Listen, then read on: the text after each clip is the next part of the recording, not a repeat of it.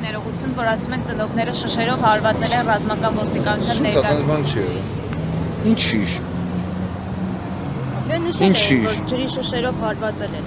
Ինչ որ մեկին կպել է ջրի շիշը։ Տեսանյութերը կա, թող ցույց տան։ Չկա տես բան։ Ստացվում է, որ խորհրդարանում կարան իրար վրա ջրի շշեր նետեն, խորհրդարանում կարան իրար վրա ջրի շիշ նետեն, հա։ Ինչ կամ էլ եթե տես ջրի շիշ է եղել, ինչ տեսել ենք, սովորել ենք։ Ինչ տեսել ենք, սովորել ենք, ժողովուրդ։ Ինչ տեսել ենք, եթե շպրտել ենք էլ, ափսոս ցավում եմ, որ ես չեմ շպրտել, հաջորդ անգամ ես եք շպրտել։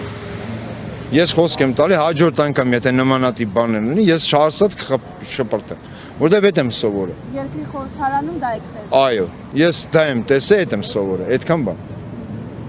Եվ նաև այդ ջրի շշի հետ կապված հատկանշական է, հա, ջուր լցնելու համար օրինակ Գարիկ Գալեյանի խափամամիջոցը կալանք է։ Լրիվ անհիմն, անկապ, ոչ մի այդ կրիմինալ չկա, Գարիկին խեք բռնել, այ բադմարտիկ։